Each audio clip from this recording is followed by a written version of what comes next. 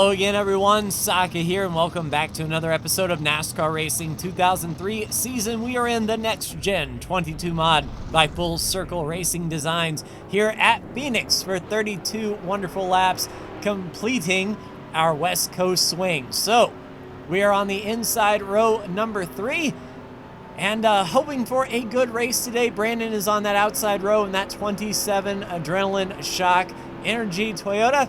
We're on the inside in our X4 Tides of Avarice Camaro. Kyle Larson on the pole, waiting for that green flag to come out. Really slippy on the start. Green flag is out, and you can use all of this dog leg down to the bottom. Expect 3 and 4 wide as we get up through the gears. Kevin Harvick really slow getting down to turn 1, and a very loose turn 1 is on cold tires. Brandon rolling that outside, making up good ground on the outside of Joey Logano, going for 5th. We're settling in behind Kevin Harvick, and to our outside is William Byron in that Valvoline Camaro. Just biding our time here. Kevin really slow on the bottom, getting into Kevin just a little bit. He had to check up. Brandon and I will roll the outside, the other cars taking the dog leg to the inside. Joey Logano is slowing up just a little bit, and Ryan Blaney will lead lap 1, followed by Denny Hamlin, Kyle Larson in 3rd, Brandon in 4th. We are settling in 7th. Shallow approach to turn 3. Joey Logano looking to the inside of that 24, and Joey chokes up just like Kevin Harvick did. We've got some space to our backside as well, so no pressure from behind. We'll complete that pass on Joey and the 24 as well. So really good rolling that outside, and it's almost like a parachute was dropped out. It looked like they lost several spots. I don't know what was up with that, but riding in the top 5 now, and thinking lap 16 or so to come to pit road. We're running 3X tire and fuel wear, and the yellow flag is actually out. Let's take a look and see what brought out that yellow flag. Lap 3, 3 wide, Kevin Harvick. Oh! Cole Custer hard into the 24. Kevin Harvick slides up. The 3 slides up as well. It looks like Harvick was making the move, and Cole Custer maybe got spooked, and wow, Austin Dillon just packed it in there and lost it. Oh, and even more cars behind. Ricky Stenhouse and Michael McDowell also slide up and get involved, and you know that it all comes to them dropping back toward the back, losing a lot of speed, a lot of ground loss for the 4, the 24, and the 41. Not a good day to have 4 in your number. So this does indeed put us in the window. We're coming down to top this thing up completely. Let's get the tires on, boys. Let's go. Right sides are on, waiting for that fuel, and Brandon with a 2-tire stop as well. We will get out behind Brandon, and it looks like a 4-tire stop for everyone else behind, so we will come off pit road in 2nd. We'll save as much fuel as we can coming to the start, re-rack them up, and be back for green. And I believe we have saved enough fuel coming to lap 7. Pace car is already on pit road, way down there waiting for Brandon to hit that restart box, and away he goes. Green flag back out. Josh Bilicki actually up in 3rd. I don't know if he took maybe fuel only or 2 tires as well. Bilicki tries to throw it down there, backs up. Brandon free and clear, and we are as well. Really ginger getting down to this yellow line in turn 1 and 2. The car wants to slide out really, really well and get that hammer down and see if Bilicki may be able to hold off Denny Hamlin, who is running back there with 4 fresh tires. He may be in the way just a little bit, which will help us gain some track position here. Not anticipating coming down anymore, so we really need to take care of these left side tires as they have to carry us the rest of the way. We really don't have to press our tires hard, just ride for the time being and let the laps click down. And of course, be wary of any other future cautions. If more drivers are like Cole Custer, that may not be the last yellow of the day. A quick race, but still plenty of time for yellows. Getting a little bit of ground caught up on Brandon, getting to the inside, holding that yellow line. Brandon gives us the bottom, and around we will go. And if we can get back to the start-finish line, this will be the first lap we have led all year. Getting it down to that 3rd turn, And yes, indeed, we will lead the first lap that we've led all year out in front here at Phoenix. We still don't have a win on the season. Looking for our first win here. It would be nice to come at Phoenix, a track that is very difficult to drive with this particular setup. Extremely free, and any misplaced wheel can definitely send you around. Down to turn 3 and gapping Brandon just a bit, looking in that mirror, and it looks like Balicki is actually holding in third fairly well. Might be a good day for that 77. We will have to see. Really putting up the RPMs though, trying to take care of the engine. If the fuel looks to be close, we will roll out a little bit earlier in turn 1 and 3, try to save. It's not like we have to save 5 laps. It may be 1 at most, which is easily done over the length of the run when you know you have to do it right from the get-go. And no pressure from behind. Car is pivoting very well, but really sketch on the brakes. As you can see, we had to counter going into turn 1 just a little bit to keep the car under us. No real reason to press, however. Back down into turn 3, and this looks to be the part of the race where we are going to settle in for a long green flag run. Everyone else should be getting single file by now, and it's just mind your own business, mind your P's and Q's. As you can see right there, we got out of the throttle a little bit earlier trying to save fuel. We weren't in the red line that particular corner. And nice and easy down into turn 3 as well. The gap seems to be growing. The best position to be is in the lead and pulling away. Almost getting up to 9,000 RPM and rolling it out. And yeah, looking in the mirror, looks like Brandon is having his hands full. His particular driving style is a hard charging into the corner and braking late, which if you have a loose race car just compounds that issue. My driving style is more of the get the car slowed down before you get to the start of the turn and pick up the throttle early. Which that driving style may bode well here at Phoenix, keeping the car stable. Looking in the mirror, it looks like perhaps Kyle Larson has assumed second place, but I really can't see. But we will run our race. If we get pressure from behind, then we may have to pick it up. But I'm content just coming out of here with a top 5, to be fair. Not one of my favorite racetracks to come to, and it's still an awful shame it's the championship race. Your entire year comes down to a track like this that I really don't like to drive, if I'm honest. Off the corner, and I think that car in the mirror is getting just a little bit bigger, but it's not like he's catching us by a second per lap. So we will definitely mind the gap as best we can, take a look at the mirror every straightaway opportunity we can get, and just see how we're doing in the grand scheme of things. If the yellow were to come out again, I don't believe we would give up this track position. Now, if we look to our rear and see that everyone else is pitting, perhaps another 2-tire change to help the rights. But as far as fuel goes, I think we're right on the number.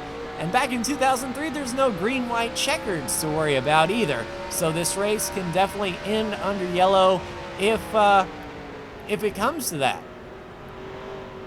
Really sketch into turn 1. That's the toughest part of this track for sure. Turn 3, with a nice shallow entry, it's not so bad, but turn 1, you're carrying all of that speed from the dogleg from turn 4 here, and the car just wants to slide rear end first and swap ends. Not using the dogleg. Really don't want to upset the car. BJ MacLeod down to the inside there. I don't know if he's coming to pit road. If he has an issue, we'll look to see. No, he's coming off of pit road. So BJ MacLeod all alone. Hopefully we can pass him in an advantageous position. It would suck to catch him in the middle of turns 1 and 2. I don't think that's going to be the case. Wow, really free. And the yellow flag is out once again, so BJ may stay on the lead lap. I don't know if we caught him a lap down in the pits, but let's see what brought out that yellow. Lap 19, we talked about how loose this racetrack is, and Brandon got off the banking, tried to pick up the gas a little bit too early, and it got out from under him. Looks like no harm, no foul as he comes up through the gears. However, Kurt Busch will have another idea here as he tries to go under Timmy Hill and body slams Brandon going into turn 3, collects Tyler Reddick, and there's a 43, and Bubba Wallace involved as well. Kurt Busch coming off the top. It looks like he tricked some sucker into picking up the tab and got away with it scot-free.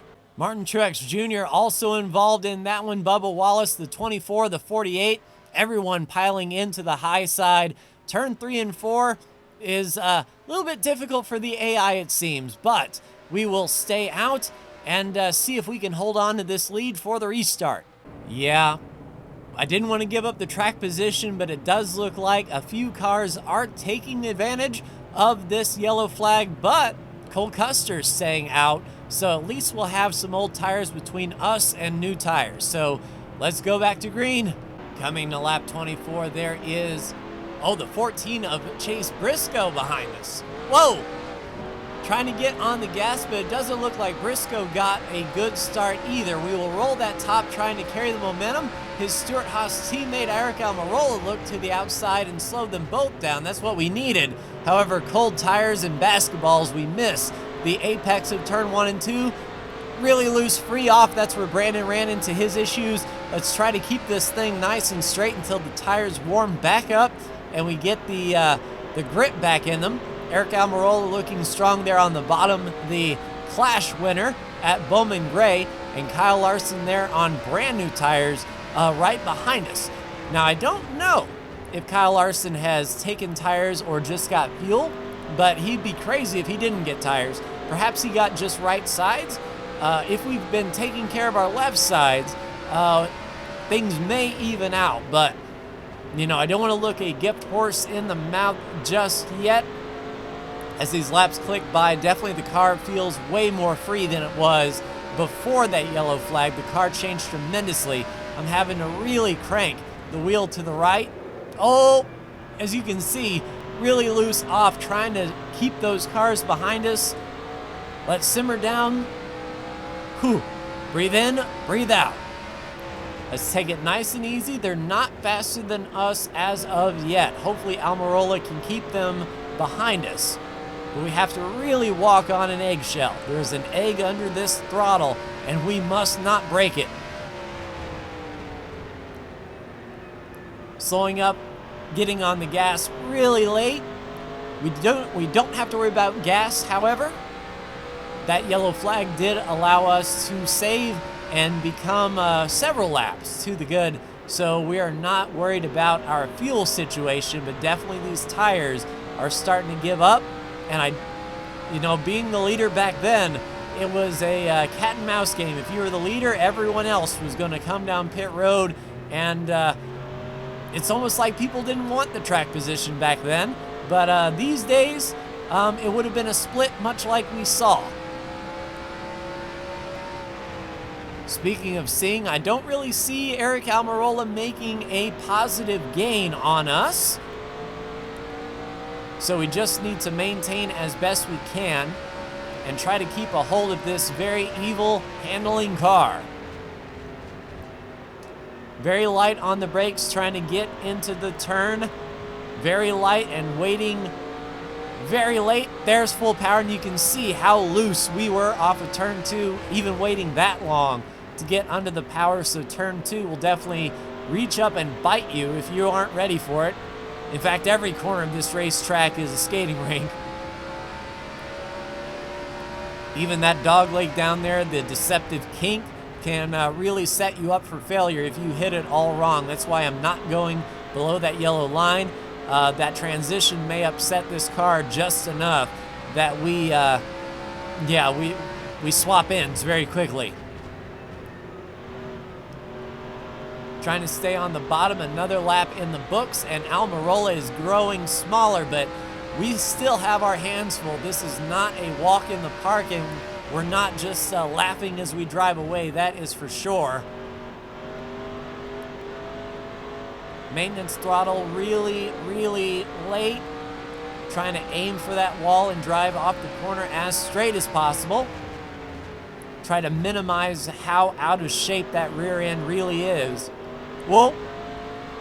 White flag, 1 lap to go, and we cannot really get the power down at all. Rear tires are even sliding in a straight line.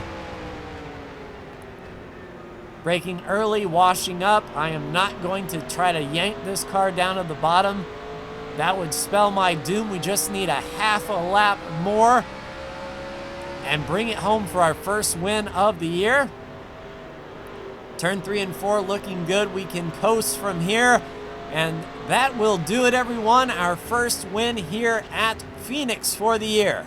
So Eric Almirola is actually in 32nd. He was not 4th position. So Kyle Larson will come across in 2nd. Joey Logano 3rd. 4th place, Christopher Bell. 5th place, Ryan Blaney. 6th place, Denny Hamlin. 7th place, Daniel Suarez. 8th place, Kyle Busch. 9th place, Timmy Hill. Good job, Timmy. Rounding out your top 10 is Chase Elliott.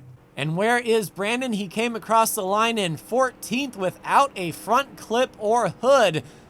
That was an impressive drive for Brandon for sure. He took that last restart in 30th. Bubba Wallace with a similar looking car, but gained 15 spots in the last 8 laps. So Brandon was putting on a clinic, saying it handled like a go-kart in the corners. He could just keep his foot in it and roll that outside. With the lack of power, he actually didn't suffer from any tire spin. So the points after Phoenix, we move up into 2nd with our 1 win. Christopher Bell is your cutoff, tied with Kyle Busch. Harrison Burton 5 back, Chris Buescher 6 back, Bubba Wallace 7 back. Still very tight from, 10th place on back. And we go to a brand new track next week. Well, an old new track. Reconfigured, repaved Atlanta Motor Speedway. Should be very fast, should be very fun, but that will do it for me. Like, share, and subscribe if you are so bold. Thank you so much for tuning in, and I will see you for the next NASCAR Racing 2003 season video. Take care.